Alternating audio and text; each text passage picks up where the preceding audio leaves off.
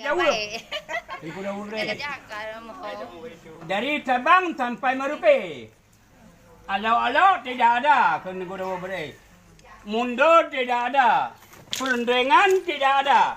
Yang ada Cahir dah menang. Oh. Nanti malam sebelum ayam berkokok.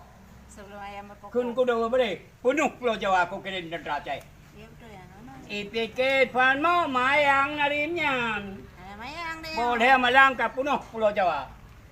Kirim. Kata ada dong mana pergi sahabat sahabat. Ini pun boleh. Teh habis ke perah abang ampan mau. Bubena terkita lah Aceh, terkita laut. Ubena bol, bena jalur kowe, bena jalur bukan. Mataho. Akam dah kering. Mutaho laut tinggi mendung. Tuan yang hana tro, kuangau dari pelutih. Menjijut hanya ya. Mutaho jalur kowe dum jalur kau.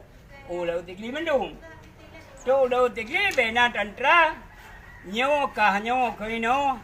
Pulau Jawa. Bandung. Kukirim. Untuk Pulau Jawa Polden tu ông đưa cả trứng ngô làm bột cả đưa trứng ngô đã udah kan bột di cai mandum be itu pue lewa belanda ngampu aja yang tentera cai ngampu aja kata orang Pulau Jawa Oh benar. di cai mandum ông đưa kita ke keno kita ke jauh hadiah baju kapau coba yang ke jantat tentera cai yang ke jet Polden malam tu Jawa Rasa penco kata dia nung tapo tampung. Di belum belana nan dengar udah nan dengar luar dengar berjaya. Ini bukan kolor dengar. Yang nama teh malamnya. Lam titi Surabaya terau. Awak Jawa kon belana. To di mak belana. Pakai di mak. Boleh malam nanti ti fikir punya. Pakai di mak. Pulau awaknya mempok gel di mak je. Yang kau repoti boleh malam dia orang bincang pun. Mereka nak apa? Yang kena mati Jawa Tabok. Lah yang punah Jawa Belanda di Pulau Mandum. Yang kena Pulau Penan. Pulau Penan le tu. Pulau Wadah, Pulau Timur. Pulau yang cara Pulau Nanggau ni.